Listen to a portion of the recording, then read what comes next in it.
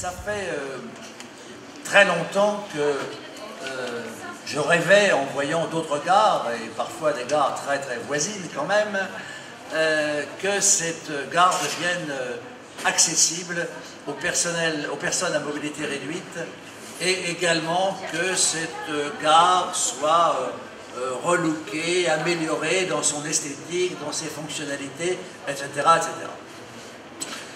Et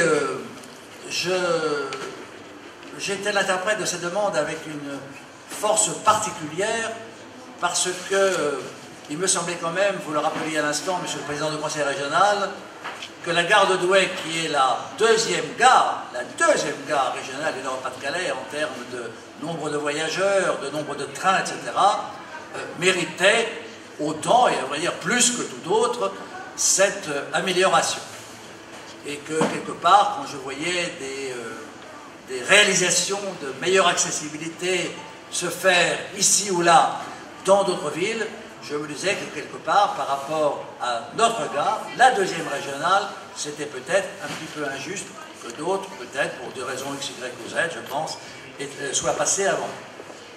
Donc, c'était de ma part un objectif important.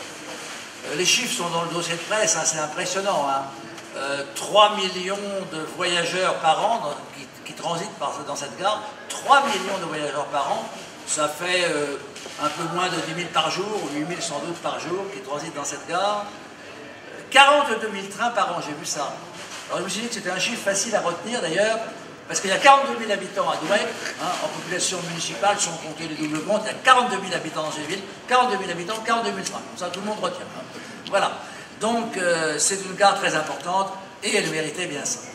Alors, comme toujours, la difficulté a été technique, d'une part, c'est-à-dire que Réseau Ferré de France, qui est donc le maître d'ouvrage de cette accessibilité, s'est penché, comme il se doit, avec précaution, sur les études techniques. Et puis derrière les études techniques, il y avait, comme toujours, le tour de table financier. Et c'est là que donc je remercie, pour terminer, les financeurs très importants que sont la région, le FEDER, l'Europe, la communauté d'agglomération du Douaisis et le syndicat mixte des transports du Douaisis. Le coût total est de 5,1 millions d'euros. Vous avez dans le dossier de presse la répartition. Le principal financeur est la région, le deuxième financeur est l'Europe, et ensuite, donc, à égalité, le SMTD et la CAP. Voilà, donc, cette affaire est maintenant, sans faire de vilain jeu de mots, sur les rails, et je m'en réjouis énormément. De même que, je dois dire, devant la directrice régionale de la SNCF, cette fois, que l'amélioration esthétique intérieure et extérieure, puisque les façades ont été ravalées, les menuiseries, je crois, vont être changées, enfin voilà. Donc il y a vraiment une amélioration de l'image de cette gare, et que tout ça s'inscrit dans le cadre d'un environnement qui s'est complètement modifié. Hein. De la place où je suis, là, il y a quelques années, on voyait un magma de bagnoles, j'appelais ça un magma de bagnoles, hein, stationné de manière complètement anarchique, d'une manière complètement insécuritaire. Les gens qui sortaient ou qui rentraient dans la gare devaient se faufiler tant bien que mal au travers de ce stationnement anarchique.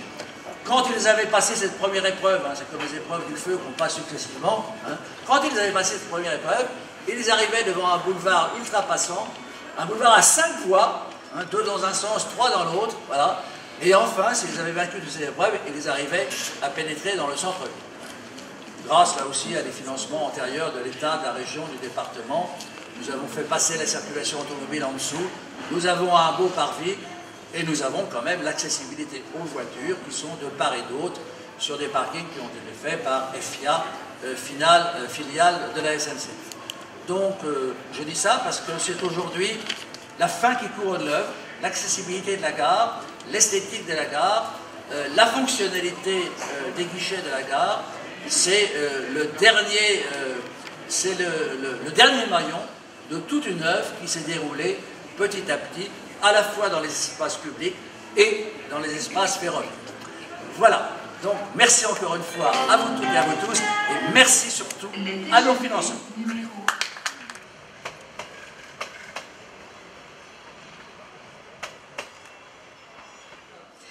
Les travaux d'amélioration de l'accessibilité au quai dans la gare de Douai, c'est un acte fort pour cette gare qui voit passer près de 25% du trafic TER régional.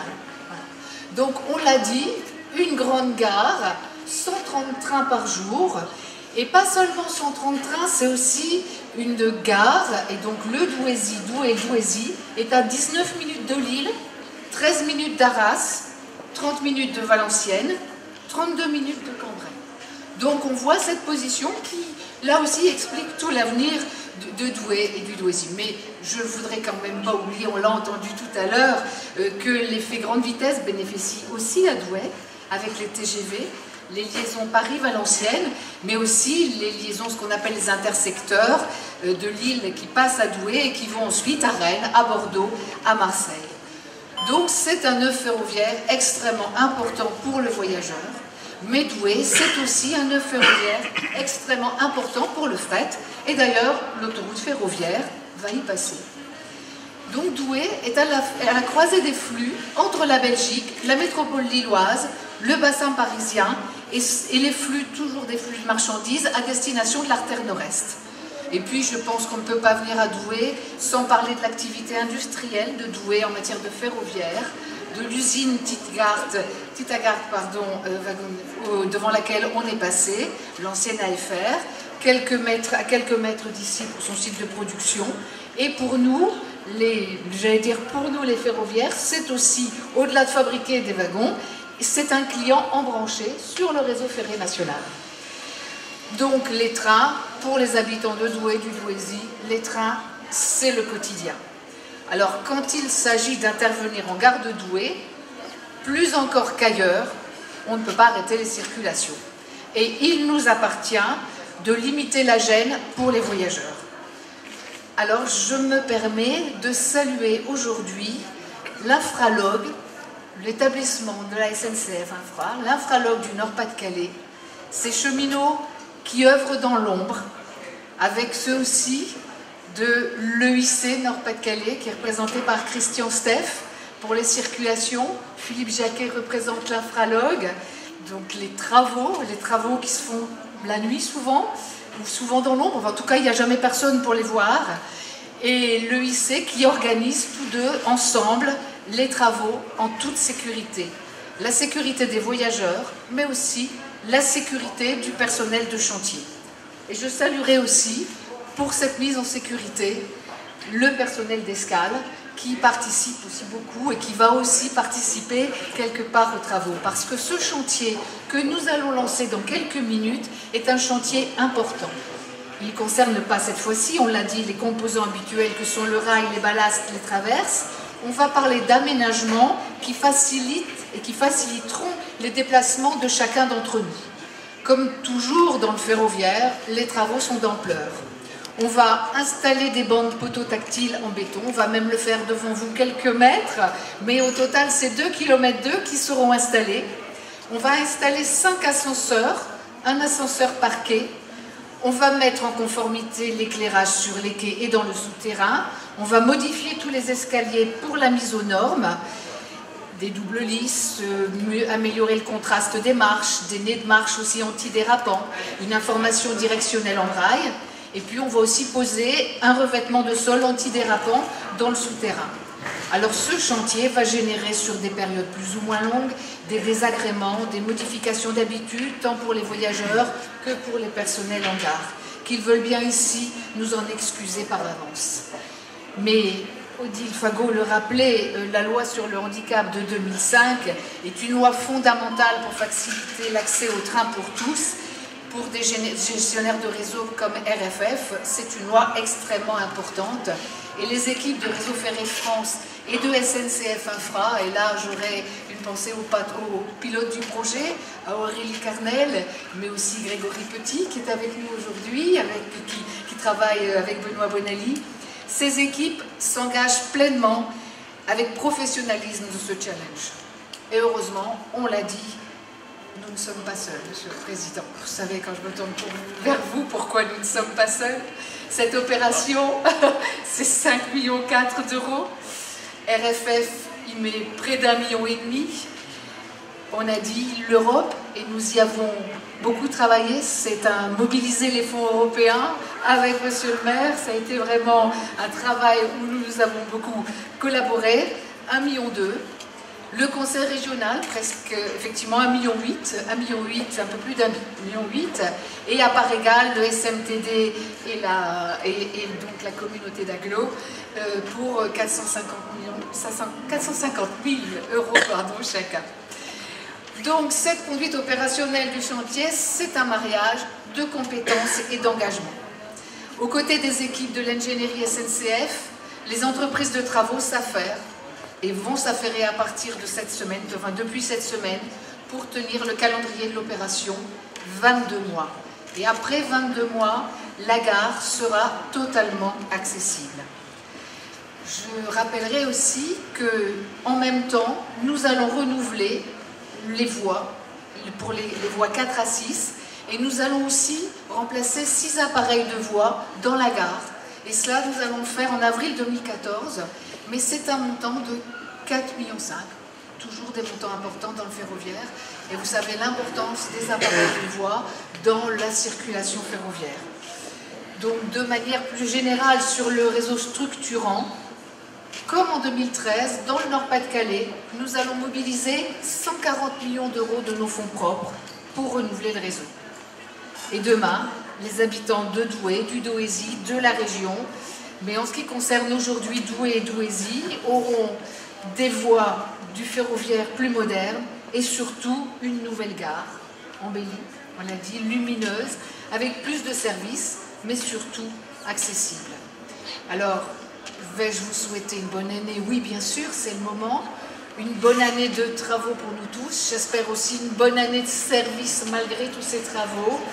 Et en tout cas, merci à tous nos cofinanceurs à qui je souhaite encore beaucoup de bonnes années à vos côtés. Merci.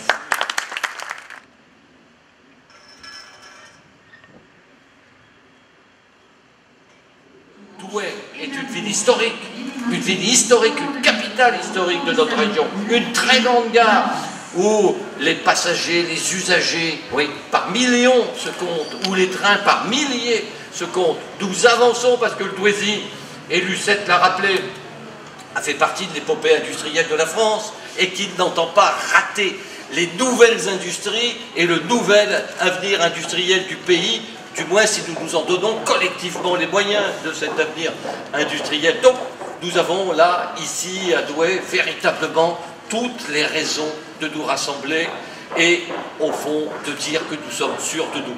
Mais je dis aux deux directrices de Charmes et de Choc, une gare, ça fait partie d'un tout.